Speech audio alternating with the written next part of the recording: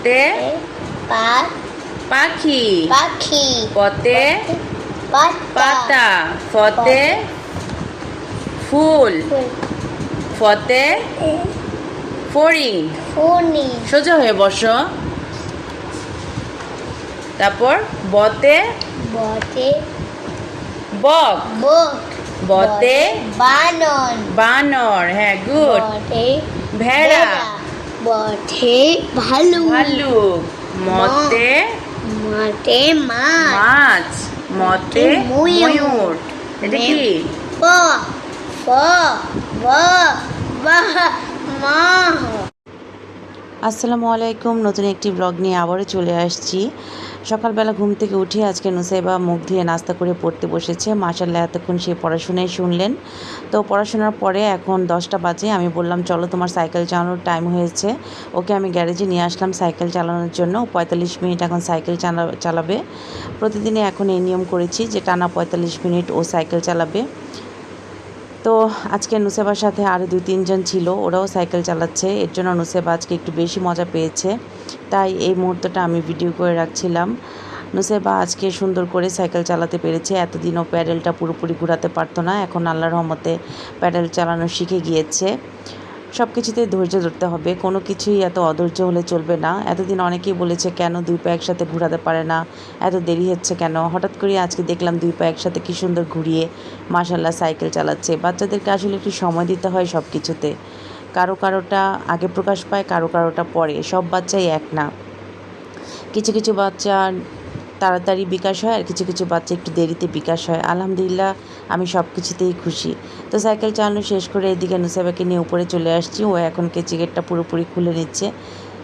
তো ওকে আমি হেল্প করছিলাম সাইকেলটা ঘরের ভিতরে ঢুকানোর জন্য। প্রত্যেকটা কাজই আমি নুসাইবাকে শেখানোর চেষ্টা করি। আমি ওকে দেখিয়ে দিই এভাবে এভাবে করো। আলহামদুলিল্লাহ 2-1 দিন দেখানোর পরেই ও শিখে যায়। এই যেমন গেট লাগানোর কথা, খোলার কথা আমি ওকে বলেছি যে ঘরের মধ্যে আসার পরে সুন্দর করে কেচি গেটটা লাগিয়ে দিবে। ও এখন তাই করে। আর এখন আমার সাথে একটু দুষ্টুমি করতেছিল। যেই আমি গেটটা খুলেছি, এর মধ্যে একটু দৌড় দিয়েছিল উপরে উঠে যাওয়ার জন্য। আবার ধরে নিয়ে আসছি, এখন সুন্দর গেট লাগিয়ে দিয়েছে। আর আমি ওকে পানি খেতে দিয়েছিলাম যে তুমি অনেকক্ষণ সাইকেল চালিয়েছো, এবার পানি খেয়ে রেস্ট করো। এখন বাজে প্রায় 11টা। তা এখন বারান্দায় আসলাম, এসে দেখি যে বাইরে হালকা বৃষ্টি হচ্ছে। গতকালকে সারা রাতও অনেক বৃষ্টি হয়েছে। তো বৃষ্টিতে একটু হাত ভিজিয়ে নিলাম, ভালো লাগে বৃষ্টি পানিতে হাত ভিজাতে। তো আজকে এদিকে মেশিনে কাপড় দিব। নুসাইবা যেহেতু প্রতিদিন রাত্রে ওর জন্য এসি ছাড়তে হয়, তাই কম্বল গায়ে দেয়, কাঁথা গায়ে দেয়, সেগুলো ময়লা হয়ে গিয়েছে। তো ভাবলাম আজকে দিয়ে দিই। শুকাতে বেশিক্ষণ লাগবে না, যেহেতু মেশিনেই 80% শুকিয়ে বের হয়, তাই ভাবলাম যে দিয়ে দিই। এদিকে মেশিনে আমি কাপড়গুলো দিয়ে দিচ্ছি। আজকে 18 মিনিটে দিয়েছি, 24 মিনিটে দেই নাই। বেশি ময়লা না, তারপরেও ভাবছিলাম যে একটু পরিষ্কার করে দিই, কারণ বাচ্চাদের জিনিস ময়লা হলে শরীর চুলকাবে। নুসাইবার এমনিতেই ডাস্ট অ্যালার্জি আছে, ও ধুলাবালি সহ্য করতে পারে না, তাই আমি অল্প একটু ময়লা হওয়ার সাথে সাথে আমি সেগুলো পরিষ্কার করে দিই। এদিকে রান্নাঘরে চলে আসছি, এসে দেখলাম যে আম্মা পুঁই শাক কাটতেছে। আর এটা দেখি খুব ভালো লাগতেছে, অনেকদিন ধরে শাক খাই না, তো ভাবলাম আজকে পুঁই শাক দেখে আমার খুব ভালো লাগছে, কারণ পুঁই শাক আমার এমনিতেই খুব পছন্দ। পুঁই শাক যা দিয়ে রান্না করে না কেন খুবই পছন্দ। তো আম্মা বলতেছিল যে আজকে চিংড়ি মাছ নাই, চিংড়ি মাছ থাকলে পুঁই শাক দিয়ে রান্না করতে পারতাম। তো দেখলাম বাজার থেকে লতি আনা হয়েছে, তো বললাম যে এত মোটা লতি কেন আনছে। বললো যে বাজারে আজকে নাকি কোনো তরকারিই নাই, বৃষ্টির জন্য সমস্ত কিছুই আজকে অনেক কম, তো চিকন লতি পাওয়া যায় না বলেই আজকে এই লতি আনা হয়েছে। যাই হোক, যা এসেছে তাই আলহামদুলিল্লাহ। তো বললাম যে লতিগুলো কী দিয়ে রান্না করবা? বললো যে কাঁঠালি বিচি আছে, কাঁঠালি বিচি দিয়ে শুটকি দিয়ে রান্না করব। আমাদের বাসায় আবার শুটকি রান্নাটা অনেক বেশিই চলে। আমার আম্মা এত সুন্দর করে শুটকি রান্না করতে পারে, যেটা আমি আজও পারি না। কীভাবে যেন এটা সেটা মিলিয়ে মিশিয়ে খুব সুন্দর করে শুটকি রান্না করে। তো আজকে লতি দিয়ে কাঁঠালি বিচি দিয়ে শুটকি রান্না হবে, এটাও আমাদের ঘরের সবারই খুব পছন্দ। আর আমা আছে বলে এইভাবে এটা সেটা দিয়ে সুন্দর কাটাকুটি করে এটা সেটা মিলিয়ে রান্না করে খাওয়ায়।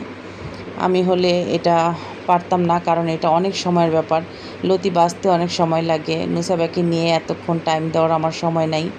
যাই হোক, এখানে লতি ভাপ দিয়ে নেওয়া হয়েছে, আর এদিকে আম্মা পুঁই শাকগুলো ধুয়ে নিচ্ছে। পুঁই শাকগুলো ধুয়ে সুন্দর এখন জালির মধ্যে ঝরে দেওয়া হবে, কারণ পানিগুলো যেন পড়ে যায়। আসলে মা আছে বলেই এই ধরনের মজার মজার রান্না খেতে পারি, নাইতে নুসেবা যে পরিমাণ দুষ্টিমি করে, এত মজা রান্না করে আমার পক্ষে খাওয়া সম্ভব না। ওইখানে আমি একটু ভিডিও করতে গিয়েছিলাম, আর এখানে এসে দেখি আমার বুড়ি দুধের ডিব্বা নিয়ে এসেছে। ওর এখন নতুন একটা হ্যাবিট হয়েছে, ও দুধের ডিব্বা খুলে শুধু শুধু দুধ খাবে। তো আর কি করা, বাচ্চাদের নতুন নতুন এক একটা জিনিস হয়, কয়েকদিন থাকে এটা, তাই কিছু আর বলি না। কত আর বলবো, সারাদিনই দুষ্টিমি করে। ওর সাথে দৌড়াতে দৌড়াতে রাত্রিবেলা আমি পায়ে ব্যথা, ঘুমাইতে পারি না, এত পরিমাণ পায়ে ব্যথা করে আমার। তারপরেও আল্লাহর কাছে লাখ লাখ শুক্রিয়া, ও আমার কাছে আছে। ও আছে বলে আমার দিন রাত কীভাবে যায় আমি বলতে পারি না। সবাই আপনারা আমার নুসেবার জন্য দোয়া করবেন, আল্লাহ যেন ওকে নেক হায়াত দান করে। তো আমি ওকে বললাম যে তুমি এখানে বসো, আমি একটু আসছি। এসে দেখি আম্মা পুঁইশাকগুলো ধুয়ে চুলায় বসিয়ে দিয়েছে সিদ্ধ হওয়ার জন্য। সিদ্ধ হয়ে যাওয়ার পরে এখন এটাকে বাগার দেওয়া হবে। আর এদিকে এটা করে দেখলাম যে কাঁঠালি বিচিগুলো পরিষ্কার করছে। তো আমি বললাম তুমি ওদিকে পুঁইশাকটা বাগার দাও, আমি এদিকে তোমার কাঁঠালি বিচিটা ধুয়ে উঠিয়ে দিচ্ছি। তো আম্মা বলছে ঠিক আছে তাই কর। আমি এদিকে কাঁঠালি বিচিগুলো ধুয়ে একটা প্লেটে দিয়ে দিচ্ছি। কাঁঠালি বিচি আমাদের অনেক ভালো লাগে। আপনারা কে কীভাবে কাঁঠালি বিচি খান অবশ্যই কমেন্ট করে জানাবেন। আর নুসেবার বাবার তো কাঁঠালি বিচি ভর্তা অনেক পছন্দ, ও থাকলে প্রত্যেক দিন কাঁঠালি বিচি ভর্তা করতে হয়। ওর খুব পছন্দ কাঁঠালি বিচি ভর্তাটা। আর এই যে লতি দিয়ে কাঁঠালি বিচি দিয়ে রান্না করলে ও খুব পছন্দ করে। ও নেই, তাই ওকে খুব মিস করছি। এগুলো রান্না করলে ওর কথা খুবই মনে পড়ে। তো এদিকে পুঁইশাকটা আম্মা বাগার দিয়ে দিচ্ছে, আর ওদিকে আমি শুনতে পাচ্ছি যে নুসাইবা আবারও টেবিল নিয়েছে, বই পড়ছে বোঝা যাচ্ছে, তাই আমি ওকে দেখতে আসলাম। এই টেবিলটা সেদিন আমি অনলাইন থেকে কিনেছি, ভালোই হয়েছে। এই টেবিলটা নিয়ে এখন নুসাইবা বসে পড়তে পারে। এতদিন উঁচু টেবিলে পড়তে হতো বা খাটের মধ্যেও বসলে লিখতে কষ্ট হতো, তাই টেবিলটা নেওয়াতে আমার অনেক উপকার হয়েছে। এদিকে কাঁঠালি বিচি দিয়ে লতি দিয়ে আম্মা রান্না শুরু করে দিয়েছে। আমি আসতে পারি নাই ভিডিও করার জন্য, ওদিকে নুসেবার পাশে ছিলাম। তো এই যে এটা হয়ে গেল, এটা একদম শুকনা শুকনা করে ফেলা হয়েছে। এটা অনেক স্বাদ লাগে। আর এটা হচ্ছে বাইম মাছ রান্না করেছি বেগুন আলু দিয়ে। তো এদিকে 11:30 বেজে গেছে, ভাবলাম নুসেবাকে ফল কেটে দিই। তো ওদিন নুসেবার চাচা যে আম এনেছিল, সেই আমগুলো আমি এখন কেটে দিচ্ছি। আমগুলো এখন পেকেছে, মাশাল্লাহ অনেক মিষ্টি আমগুলো, অনেক সুস্বাদু।